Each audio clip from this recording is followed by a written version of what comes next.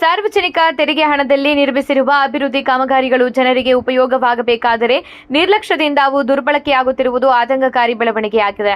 ಹೌದು, ಇದು ಚಳ್ಳಕೆರೆ ತಾಲೂಕಿನ ನನ್ನಿವಾಳ ಗ್ರಾಮದ ಸ್ಥಿತಿ. ಸುಮಾರು 52 ಲಕ್ಷ ರೂಪಾಯಿ ವೆಚ್ಚದಲ್ಲಿ ನಿರ್ಮಿಸಿರುವ ಹಳ್ಳಿ ಸಂತೆ ಕಟ್ಟೆ ನಿರ್ಮಾಣಗೊಂಡು 1 ವರ್ಷ ಕಳೆದರೂ ರೈತರಿಗೆ ಪ್ರಯೋಜನವಾಗದೆ ಇಂದು ಕುಡುಕರ ಅಡ್ಡೆಯಾಗಿ ಮಾರ್ಪಟ್ಟಿರುವ ಆರೋಪ ಕೇಳಿಬಂದಿದೆ. ನನ್ನಿವಾಳ ಗ್ರಾಮ ಪಂಚಾಯಿತಿ ವ್ಯಾಪ್ತಿಯ 32 ಬೊಕ್ಕಟ್ಟು ಹಳ್ಳಿಗಳ ರೈತರು ತಾವು ಬೆಳೆದ ತರಕಾರಿ, ದವಸ ಧಾನ್ಯ ಹಾಗೂ ಇತರೆ ಕೃಷಿ ಉತ್ಪನ್ನಗಳನ್ನು ನೇರವಾಗಿ ಮಾರಾಟ ಮಾಡಲು ಈ ಸಂತೆ ನಿರ್ಮಿಸಲಾಗಿತ್ತು. ಆದರೆ ಇಲ್ಲಿಯವರೆಗೆ ನಿಯಮಿತವಾಗಿ ಹಳ್ಳಿ ಸಂತೆ ನಡೆಯದೆ ಕಟ್ಟಡವು ನಿರುಪಯುಕ್ತವಾಗಿ ಉಳಿದಿದೆ.